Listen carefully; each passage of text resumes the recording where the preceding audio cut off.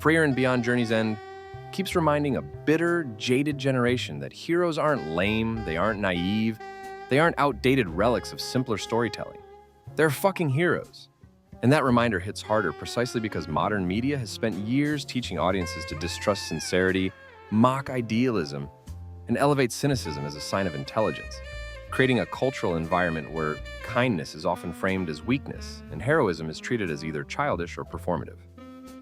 Frieren Beyond Journey's End stands in direct opposition to that mindset by presenting heroism not as spectacle or self-congratulation, but as quiet, consistent action whose value often isn't recognized until long after the hero is gone, which is why Himmel's legacy forms the emotional backbone of the series even in his absence.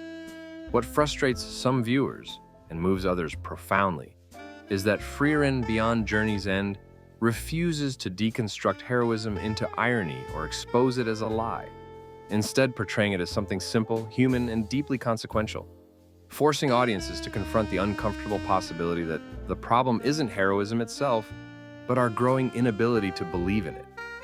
In a media landscape dominated by morally gray anti-heroes, Frieren Beyond Journey's End dares to suggest that doing good doesn't need justification beyond the fact that it matters. And that suggestion feels radical to viewers conditioned to expect betrayal, subversion, or corruption behind every noble act. The series challenges the idea that wisdom comes from emotional detachment by showing that Frieren's greatest regret isn't failure or weakness, but emotional distance, underscoring that heroism isn't about being perfect or powerful, but about being present when it counts. This is where the generational tension becomes clear, as many online discussions reveal discomfort with the anime's refusal to sneer at its own values, leading some fans to label it slow, boring, or empty when what it's actually doing is stripping away irony and forcing sincerity into the foreground. Frieren doesn't shout its message, it trusts the audience to sit with it, to notice how small acts ripple outward across decades. How a hero's influence persists not through monuments or glory, but through the lives quietly improved along the way. That subtlety is precisely why the series resonates so strongly with viewers exhausted by nihilism. Because it offers something rare, the idea that goodness doesn't need to be edgy to be meaningful, and that heroism doesn't expire just because the world becomes more complicated. The anime also reframes strength by disconnecting it from dominance or recognition, showing that Himmel's greatest power wasn't his sword, but his willingness to help without expecting reward. A concept that clashes sharply with modern narratives that equate value with visibility or impact with destruction. For some fans, this clash creates resistance, as Frieren asks them to slow down, reflect, and accept emotional vulnerability in a culture that rewards detachment and speed, making the experience feel uncomfortable rather than immediately gratifying. Yet that discomfort is the point, because Frieren isn't interested in validating modern cynicism. It's interested in gently exposing its limits, suggesting that endless skepticism eventually hollows out meaning rather than protecting it. By placing its story after the great battle, instead of during it, Frieren shifts the focus from conquest to consequence, from triumph to memory, and in doing so, reminds viewers that heroes don't exist solely to save the world, but to leave it better than they found it.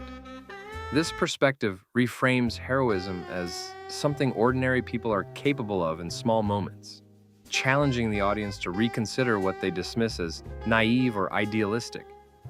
The reason Frieren resonates so deeply and provokes such polarized reactions is because it holds up a mirror to a generation that has learned to armor itself with irony and asks a simple, unsettling question. What if believing in heroes isn't embarrassing? What if it's necessary? Frieren doesn't argue that the world is kind. It acknowledges loss, regret, and impermanence, but it refuses to let those truths invalidate goodness. Instead, presenting heroism as something fragile yet enduring, something that survives precisely because people choose it again and again. In doing so, Frieren becomes more than a fantasy anime. It becomes a quiet rebuke to a culture that confuses bitterness with wisdom, reminding us that heroes aren't lame for caring, for helping, or for believing in others. They're heroes because they do those things anyway, even when no one is watching, even when history forgets their names. And that reminder feels almost rebellious in an age that has forgotten how powerful sincerity can be. And what makes Frieren's message hit even harder is that it refuses to frame heroism as a phase people grow out of, instead portraying it as something that gains weight with time, directly contradicting the modern tendency to associate maturity with emotional detachment, irony, or exhaustion. The series suggests that growing older doesn't mean caring less. It means understanding the cost of caring and choosing to do it anyway. A perspective that feels almost subversive in a cultural moment where burnout is worn like a badge of honor. This is why Frieren's quiet reverence for Himmel unsettles some viewers, because it doesn't interrogate his goodness as a flaw or expose it as performative. It accepts it as real and asks the audience why that acceptance feels uncomfortable. Online discourse often reveals that discomfort through deflection, with criticisms framing sincerity as slowness or kindness as narrative emptiness, when what's really being challenged is a worldview that equates emotional distance with intelligence. Frieren dismantles that equation by showing that wisdom comes from engagement, not withdrawal, and that the heroes who shape the future aren't always the loudest or most celebrated, but the ones whose influence quietly endures long after they're gone. By centering its story on memory rather than conquest, the anime reframes legacy as something measured in lives touched rather than enemies defeated, reminding viewers that heroism doesn't demand perfection or certainty, only commitment. This perspective resonates most strongly with those who have experienced loss or regret, because Frieren acknowledges that good intentions don't erase pain, but it insists that they still matter, even when the results aren't immediately visible. For a generation raised on narratives that reward cynicism and punish vulnerability, this insistence can feel confrontational rather than comforting, prompting resistance from viewers who interpret the anime's sincerity as moralizing or overly sentimental. Yet Frieren never claims that the world is fair or that kindness guarantees happiness. It simply argues that choosing to help, to remember, and to care gives meaning to an otherwise fleeting existence. In this way, the series becomes a quiet act of defiance against a culture that has normalized apathy, offering not escapism, but a gentle challenge to re-examine what we dismiss as naive. Frieren doesn't ask its audience to become heroes.